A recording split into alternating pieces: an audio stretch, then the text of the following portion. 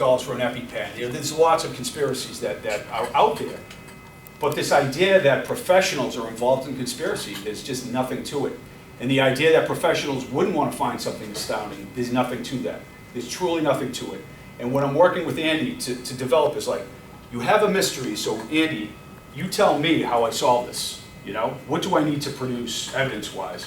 And when I first got into this, I'm like, not that it'd be easy, but from all the accounts and information and professionals that seem to have been involved in this, I was like, I'm going to be able to get to the bottom of this. But I found it very challenging. So that begs the question, is this a reality or not? And there's a difference between trying to prove something, what's my mind here?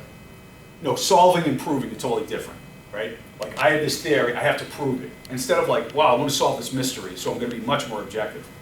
And this is all wrapped around human nature. Like, you have, in astronomy, you have professionals and you have amateurs that work together for, real finds. And in archaeology, you don't have as much of that going on because there's all these weird agendas that are interjected into the argument. I believe this, I believe because of this religion, or, basically whatever agenda I'm coming from. I don't want to hear what Andy has to say. I want to live in an echo chamber and believe this. And there's a lot of that in the alternative universe. And there are very good researchers who are independent and independent thinkers, but it's all mixed in this murky world of conspiracies. And I must say, I've got drawn into that too.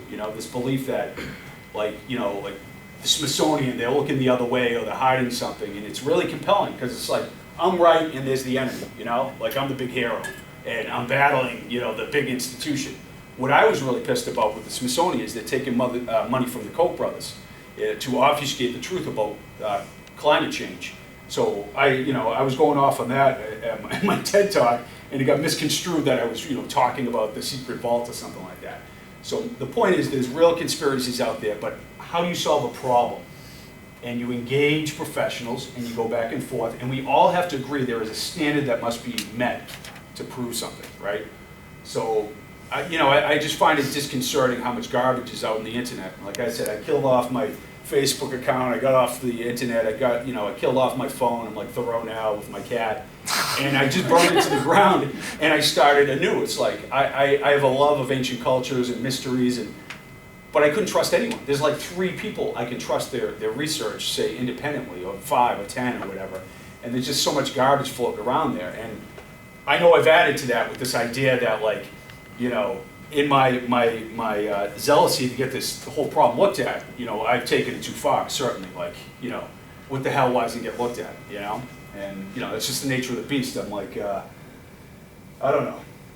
What's the analogy? It's like, I went undercover for the FBI, but then I started my own meth lab or something, and then I got out. So I have been able to travel through these worlds of science. It's, I don't want to call it pseudoscience because I don't want to discourage anybody from investigation. I will say, like independent research or alternative, but there's a lot of garbage in there. There truly is, and I don't want to disparage anyone. It's just like, if you really want to be taken seriously, you have to engage professionals. It's just the way it is. It's just insane not to, and think that you're right.